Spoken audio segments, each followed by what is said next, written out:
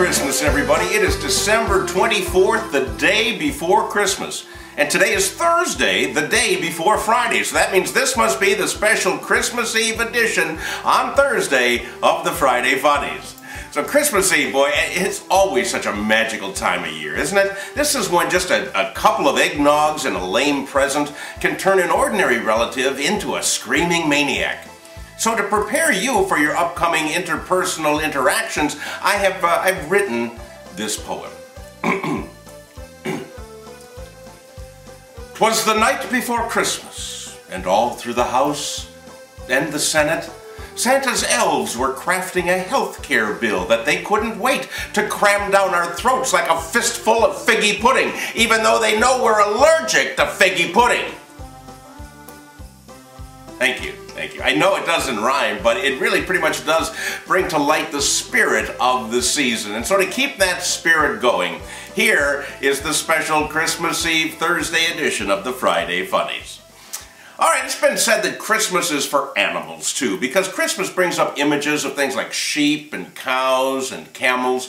But in Goshen, New York, horses were more of the attraction for 18-year-old Eric Rivera. Eric was arrested this week and charged with having carnal relations with horses at the Goshen Historic Track. He was caught on a surveillance camera that they turned on after they suspected something was amiss when they would come in the morning and the horses were already bridled and wearing silk stockings. Meanwhile, down in South Carolina, Dale Irvin, he was sentenced this week to 3 years in prison for horse buggery. Now, this is not the same as a horse and buggy. This is something completely different. And Rodale, he is a repeat offender. He's 50 years old and a repeat offender. I say that when he gets out, they should also ban him from all horse tracks, county fairs, and merry-go-rounds. All right, it wouldn't be the Friday Funnies without some news from around the world.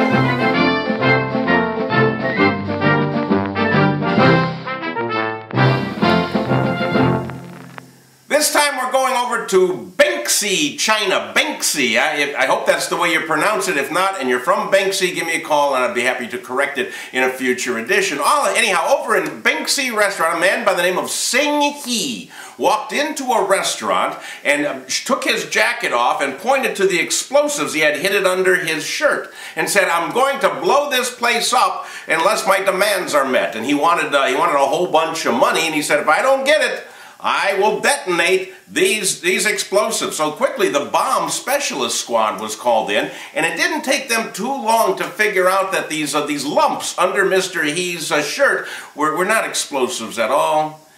They were sausages. Mr. He had taped sausages around himself and told people that they were explosives. So the cook was called in to disarm the sausages, and he was arrested.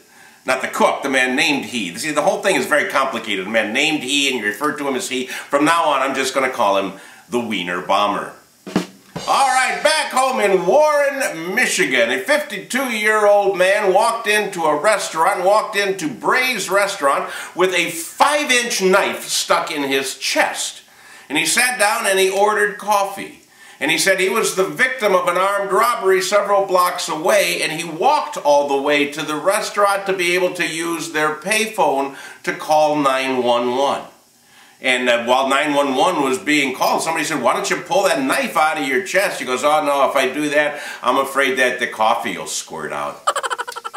And finally, the weirdest story of the week, which, as you can tell from the previous stories, really has to go some to be the weirdest. Well, it takes place in Memphis, Tennessee, and down there, Mark Lambert is an attorney, and he is being sued for $5 million by a fellow by the name of Greg Herbers, who claims that Lambert attacked him in a public men's room and bit off his nose. Ouch! Herbers said that Lambert was in the restroom, and there was only one stall in this restroom, and 2 men were inside the stall, and Lambert was talking to them from outside the stall, and Mr. Herbers needed to use the stall for legitimate business, so to speak, and he asked the 2 gentlemen inside to please hurry it up so he could go. At this point, Lambert attacked him, bit off his nose and swallowed it. That's a pretty weird story.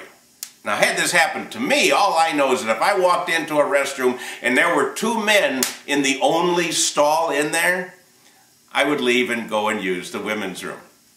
But that's just me. Hey, that's all I have for you this week. Next week, the New Year's Eve edition of the Friday Funnies will also be coming to you on Thursday. So put on your party hat, get ready to toot your horn, because we'll be having a party right here on the Funnies. Until then, have a very, very Merry Christmas.